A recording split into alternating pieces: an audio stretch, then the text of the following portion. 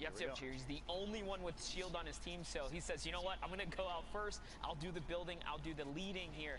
Taking the pack, gets him a little bit closer to the safety spot. I think the play here is either catch a pick, get this siphon, or buy time, right? Hopefully a launch pad comes down. You guys get a little share time on it, and they can get that way to the zone. That audio cue, you hear the shockwave. That actually is a very good signal for them being low HP. They don't want to make a move before somebody else. And Hunter gets almost beamed into the ground, but now they know that they're basically free to rotate. The team that was potentially going to be a problem. Big hit there. Gets the elimination on Hunter. Very valuable. Amplified does, in fact, go down. You see in the top left, Raxo takes him down from D-Mine. 23 trios remaining, 61 players total. The threshold on the middle right, they're 343 damage above.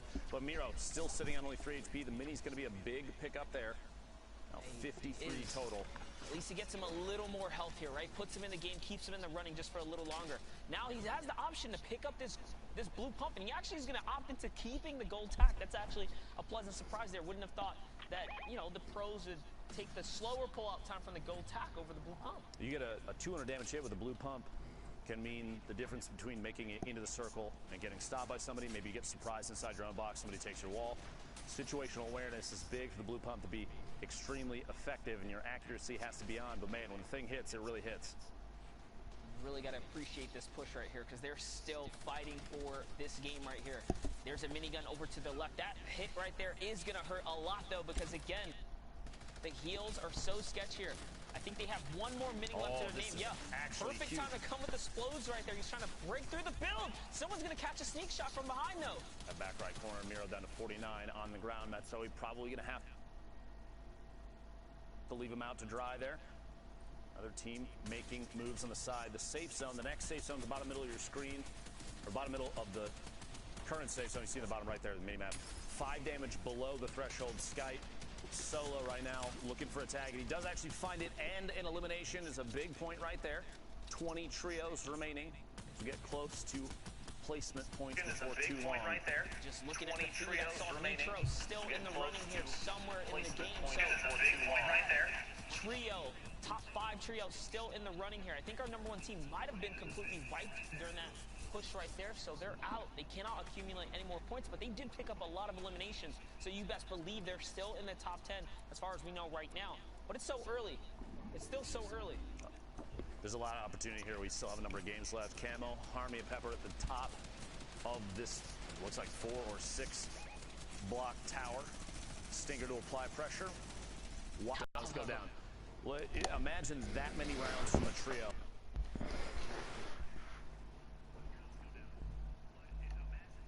All shooting at your single build and you're by yourself. Basically GG at that point. And this team here is also just heavy on the elims right now. An effective 7+ for the squad right here. And they have the prime position to catch the picks of anyone rotating from the backside. This is actually perfect too, right? The heavy congestion is below them. They don't have anyone up here in this layer with them. The closest person is this trio right here to their left. And it looks like it's time to get that focus fire on. Here comes the minigun. The mark for attacking right there. Stink to apply and make a move. You use those HP tags that pop up, the 5, to see where your opponents are rotating. Now they're in literally the very bottom of the same builds. You have a ton of people stacked up next to each other at this point now. But Camo, Pepper, and Harmy look like they still have the ultimate high ground, the best spot on the map right now. That being said, they're on the far west of the current safe zone, and they need to rotate southeast. Hopefully somebody's got a launch pad or shockwaves in the inventory to make this rotation. Otherwise, they're going to have to build across and tarp over everyone else underneath them. You do still see Benji, Fishy, Mongrel, and Mitro right there on your screen. They are still in this one. Looking down from almost the same angle. Here we go. Rotation with the launch pad. Well above the damage threshold for Storm Surge. Excellent spot. And 12 rockets in the RPG. They're going to build on pre-built structure over there.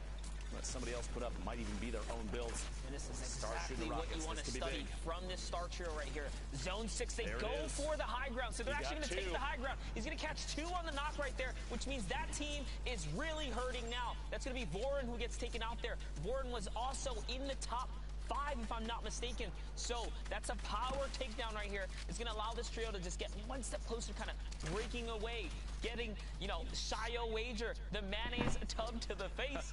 So we'll see if it, comes to fruition before the day's up. Mitro staying a little bit towards the back, keep throwing down those RPGs at players that are rotating, or the builds to see if we can get drops on people. Mitro pick it up. There's those 2 Elims in the feed, so he did secure both of them. That puts the entire trio at 6 total right now, 17 points. And we're looking at placement now, top 15 trios remaining. Only 29 players, though, as the elimination feed is starting to light up across the board. These are the zones that really cut the player count down as people are moving, especially when you have one of, if not the best trio on Ultimate High Ground with an RPG. Are you kidding me? They are in the best spot. Remember, it still hurts to hold high ground from Zone 6 so early. They're going to be forced to jump down soon if they can't, kind of map conserve properly. They're getting broken down consistently now by the shockwaves. These are one of the cons that happen when you take that high ground, because you don't get the pleasures of looting the players you drop, right? Just like that. All that loot's gone. They actually can't use it. And every time you hear a shockwave, you'll see these players snap and look up in the air to see if they can try and find who's on the fly. In case you have free shots as that elimination is secured. Mitro picking up a knock on Falconly in the feed. Another one for the trio, 7 remaining. I've got to say, if this is not a win for this team, I don't know what is. It's going to be a close one. Mongrel actually did not have any more AR left in his gun. There's no more RPG left here. It's a straight-up shotgun battle. This is a crucial elim. That's going to get them some of the resources that they need to hold this high ground here. And it looks like it's cutting back across, so lucky for them, they're going to be able to kind of reuse some of their resource here. We have a couple players left in the game here. Red Rush in the low ground, Shaka and Cal as well. Here's Mitro just raining fire. That tac sub SMG so good for shredding through builds right here. And honestly, they can pierce through the turbos like right there. These are the shots. Good pressure right here from Mitro, putting down the fire, putting all the ammunition to use here. We're almost in the final zone now. This is it. Storm Zone 9. The close in will happen. Looks like Benji Fishy's going to go for that high ground. You saw him elevate himself right there. So he's going to get out of the harm's way of the shockwave, and Mitro's going to stay down here and just get down and dirty with the TAC SMG right now, Lupo. You have to remember at the last set of placements here, the points really kick up as you go from 5th to 4th and 3rd to 2nd, and then the victory royale. So every time you see a player go down, like right there, the 4 trios remaining get even more points. As soon as one more trio goes down, we're looking at 1st and 2nd, and that's it. And we're down to the very last second here, the spray from above. This honestly, as soon as we got to top 40, this was Mongrel, Mitro, Benji Fishy, all the way to the end. No surprise here. And a monstrous 12 elim game right there. And you saw, even in the final moments, they did try to drop a couple of medium bullets there. But with that, we're going to send it over to the studio with Zeke and Sundown. What do you have for us, guys? Oh, man. MMB starting off the day strong. We're one step closer to Shio eating an entire jar of mayonnaise. It's escalated because he said cup, but we really didn't define cup. Some people was like, is this a standard measuring cup? And someone was like, honestly, it should be a World Cup. I was actually just back in the kitchen looking to see if we could find any mayo. I'm going to have to make a run tomorrow because after that last game, it was just incredible. So that is 2 matches down in the heat. Let's take a look first at the standings and see where we're at after the first 2 games because, that's weird.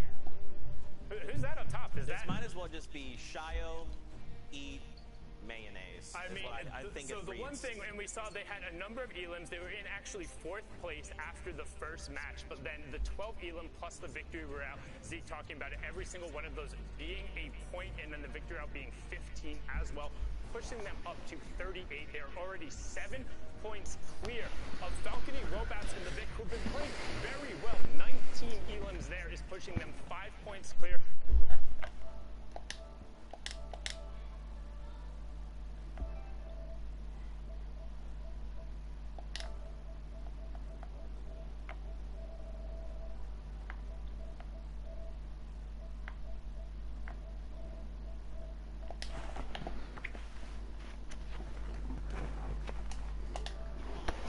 We love him very much for it.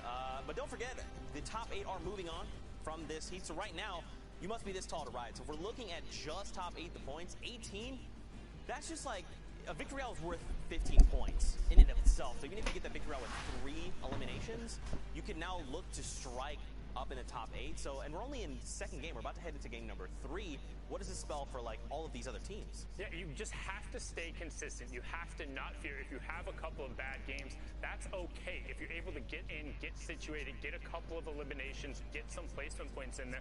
As you can see right now, to be on the first page, it's 11 points up there. But one thing I do want to take a look at here is some of the gameplay that came out from Mongrel, Mitro, and Benji. They were able to play so well, and Lupo even hinted at it, saying at around like top 40 or so, you could kind of smell that they were going to have that victory out and had the sense of, hey, they were going to get high ground. They had everything they needed. It's like, oh, this looks like it's going to be a win from them. Let's hop on in and see how they're able to execute and get this done. And one thing you'll note is when they are on high ground, they're so incredibly disciplined with their angles. They're constantly looking around, adjusting, putting rockets towards their opponents, and then keeping control, working with each other to make sure that they're finding the right targets. I mean, Mongrel's aim on people who are in the air, honestly, you'd think he's using a controller, the way these players just get beamed as they come through, but no, it is just his amazing bro.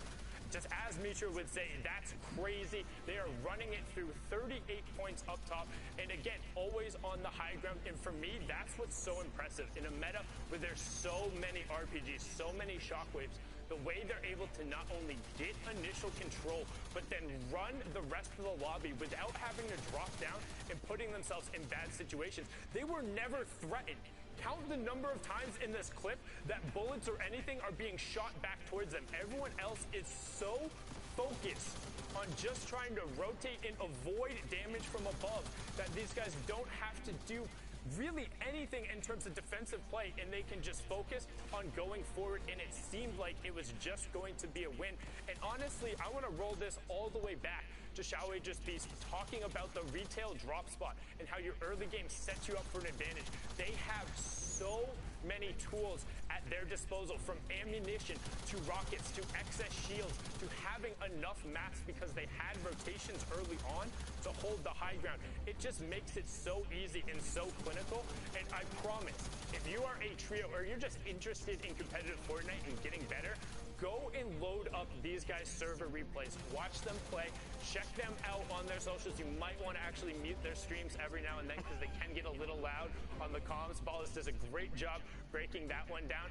And let's actually take a look at page 2 of the standings, because as we talked about in the heat formats, the top 8 are going to advance. But just so you can get a hint, 5 elims right now is getting you up into that second page. There is 32 teams in each one of the heats. You need to be in the top 25% in order to advance. And Europe, every single one of these guys is impressive, but they're all capable of stringing together a couple of good runs. You have 6 games, a third of them are down. You're now into kind of like the meat of it. In the next 2 games, you don't want to fall out early. So expect to see some intense battles early on and maybe a little bit more passive play kind of in the mid game, because people don't want to get dropped out. You don't want it to be a 3rd game and then fall out and realize, oh, we're that much more off the pace. Now we really need to be pressing forward. I think you'll start seeing aggression in games 5 and 6, but 3 and 4, they're going to be playing a little bit more like me. Hanging out, just being like, oh, there's people over there? No, I'm good. So not like me, who does not even get to play. Got it. Yeah, we'll have to see how things go, because again, like Sundown saying, you have to be top 8 if you want to move on to grand finals. So for a lot of these teams, I think we're going to see that though. Maybe even some teams that are even on, say, page 3, they want to try and make top 8. So they might just say, look, we're going to contest MMB at retail. Let's just go for it. We have 6 games. Let's try it once. If it doesn't work out, we'll change up the plan. But I mean, I know that's tough, a tall order. I'm aware. I wouldn't say so retail loot is strong, but there's a reason why you see the most dominant teams kind of staking their ground in retail, because it's like, come and challenge us if you want, because if anything, that benefits us more. We're confident that we can take those early game fights with you. Like, if you want to split and try and do the blacktop houses, like, that's fine, but these guys will end up running at you. They will take the challenge, because for them, like, they see 50 pots. They see points on the leaderboard. They see ways to climb this way up. No, it's serious. That's how MMB, that's how Volks and them, that's what they look at retail as. If you want to come there that confident, and the mental game is so important, particularly in a heat structure like this, where if you, in the first 2 games, if you are hanging around off this page, if you're not in direct contention, you might think, man, I'm struggling right now. Like, we really need to get into it. But in reality, you're able to string together 1 or 2 strong games, or even a victory royale right now would put you through, right? Yeah. And any of these guys are capable of winning one of these games. So I think they can do it, but it's all about keeping a strong mental game as you're going through. It's tough, man. I mean, as much as I want to see Shy eat a jar of mayonnaise, it would be kind of cool to have a new trio come up and, you know, dethrone MMB. I am about that, but it's just going to be a lot about mental game, you know, like you're saying. If you start to just lose your confidence even just a little bit, that's going to affect your potential placement in top 8. We'll have to see, though. I'm getting a little too excited, Fortnite fam. I want to see more of this. But yeah, I think we're getting ready. Battle Bus, the players are boarding. We'll be there in just a moment. I think we have a package here in just a moment. But what do you think, man? So do you think, like, where is Aqua? Did we see him? Is he on page 1? They're not in this heat. They're not in Oh, this okay, heat. I'm sorry. It's different heats. It's okay. Different heat. This There is is- heat 1. So Which brings me again, to my just to next remind point. people, is a little too excited here. There are 4 heats was setting coming up through for you. in Europe. 8 teams will be advancing and going on. And the way you're able to kind of score and work your way up is through eliminations and placing higher up. Though in Europe, particularly, they have the highest amount of participation. So all of these players they are at the very tippy top, right? This is the top 0.001%. Right. These are the best of the best and the people who are very able to, like, compete against these guys. So, like, they're able to elevate their game on a particular day. However, as we're sitting here and able to, like, have our own predictions, there's a reason we all think Mitro, Mongo, and Benji have done it. There are repeated trios who have shown they're consistently stronger and that much better than the rest. It's not like we're basing this off of, like, who our favorite players are, right? It's going and looking at it and breaking it down. But for now, we're going to throw to a 10-minute break while we sort some stuff out on our end. We'll go talk to the bus driver, try and get that going. You guys take your bio breaks, whatever you need. We'll be right back.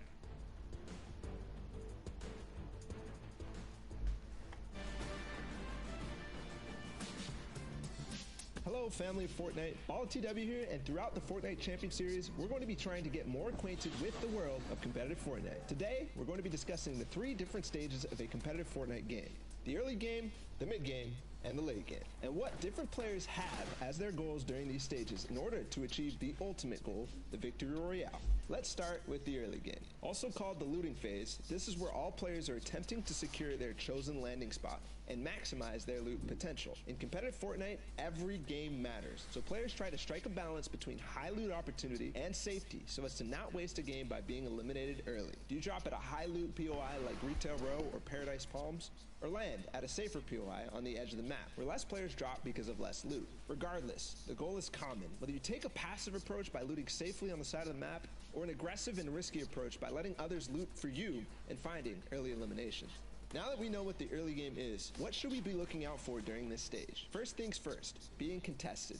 The first realization players make when landing is whether you're being contested or not, to prepare for the upcoming possible fight. Trios want to try to force your opponent into the more disadvantageous position, cut off from loot potential. Either they have to make a desperation push, or they're stuck with less loot where you can easily clean up. That's just the beginning, as even though it starts off high intensity with all the different POIs being contested, it quickly slows down as the rotations begin towards first zone. Looting doesn't end here, and most competitive players will have a loot path, which optimizes their possibility for finding the crucial mobility and weapon upgrades.